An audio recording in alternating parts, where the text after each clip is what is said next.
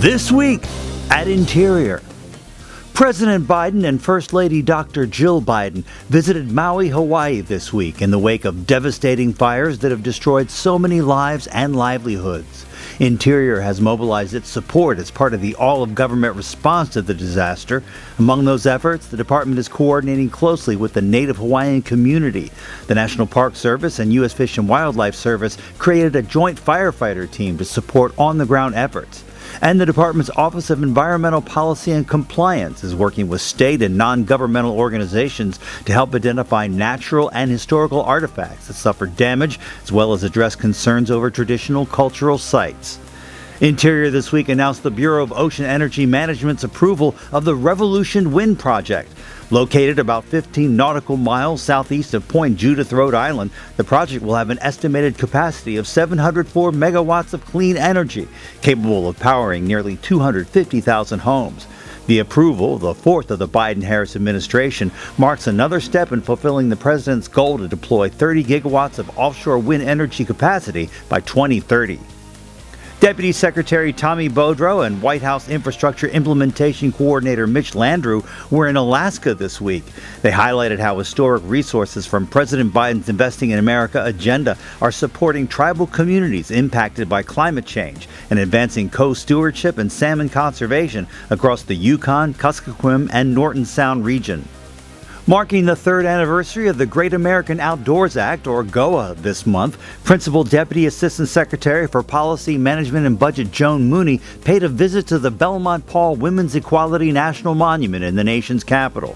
The National Monument is reopening after a 2-year closure thanks to GOA funding for major renovations. That comes just in time for the celebration of Women's Equality Day on August 26th. Bureau of Reclamation Commissioner Camille Kalimlund-Tutin traveled to Stockholm, Sweden this week to participate in World Water Week, an international gathering of government officials, scientists, and water policy experts focused on addressing drought and water scarcity around the world. Her visit highlighted the department's work to address the drought crisis afflicting the western United States, which is being worsened by the climate crisis. Deputy Assistant Secretary for Water and Science Annalise Bloom also delivered remarks ahead of a U.S. Geological Survey panel discussing cutting-edge science and technical tools being used to advance our understanding of global water challenges and the climate crisis. Happy 107th birthday to the National Park Service. Interior this week announced that visitor spending in communities near national parks in 2022 resulted in a record high $50.3 billion benefit to the nation's economy, while also supporting nearly 380,000 jobs. Nearly 312 million people visited national parks last year.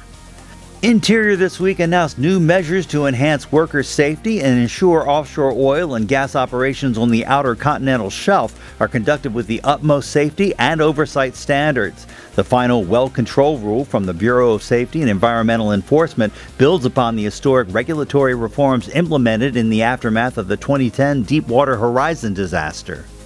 Interior's Office of Environmental Policy and Compliance this week unveiled the winners of this year's Environmental Achievement Awards. The awards recognize employees and partners who have made exceptional contributions through projects in 8 categories aimed at fostering the protection and preservation of cultural and environmental resources.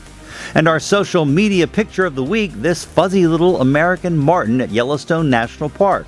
But don't let the sweet face fool you. The martin can be aggressive and territorial, with short legs and curved claws that help them climb trees and chase their prey, like squirrels, chipmunks, and rabbits. Make sure you follow us on Facebook, Instagram, Twitter, and YouTube. That's This Week at Interior.